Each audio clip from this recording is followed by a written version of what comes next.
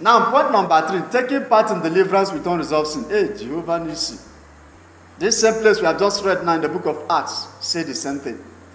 And I will use a little story to explain.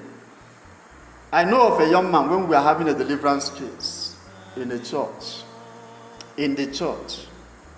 We had a case of a young man who was spitting saliva here and there at the same time busy urinating. And the urinating wasn't finishing. The saliva in his mouth wasn't ending. And he was busy doing that.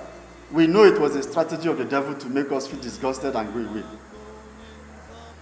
While this thing was going on, there were a couple of people, I can't remember how many of us were there. There were brothers, there were sisters. But we noticed this young man left everybody. He cannot face most of us, except one young man.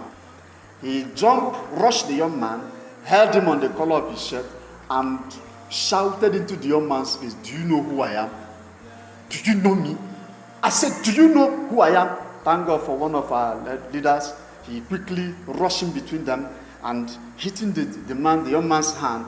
The young man started shouting, "You see, he doesn't know me and he wants to talk to me. He wants to cast me out." We now told the young man. They called him aside and said, "Please, bro, I beg, please move from this place. Go and stay somewhere. When we finish, you can come in. Nobody will ask you questions. If you know what is left between you and God to resolve, go and do it now because you would have enjoyed yourself. This man can deal with you. What is in this young man is seeing you very clearly." And I also know of a young man who used to have this immoral sin, both with married women and sisters in the church. And he decided to go, he is a member of a prayer team too, but he plays around with sexual act and immorality. Only one day they made a situation of a deliverance and he was there to lead the prayer. The woman looked at him in his face and said, "You have no right to talk to me. You, this sexually immoral man." The demon started mentioning names of women the young man has slept with, and sisters the young man has slept with. We know these are strategies demons use to make sure you don't cast them out of your body. In this case, don't go there with your sin unresolved. We have heard the case of a family, people that went to pray somewhere in Umuahia. Night vigil, they say call it family deliverance or whatever.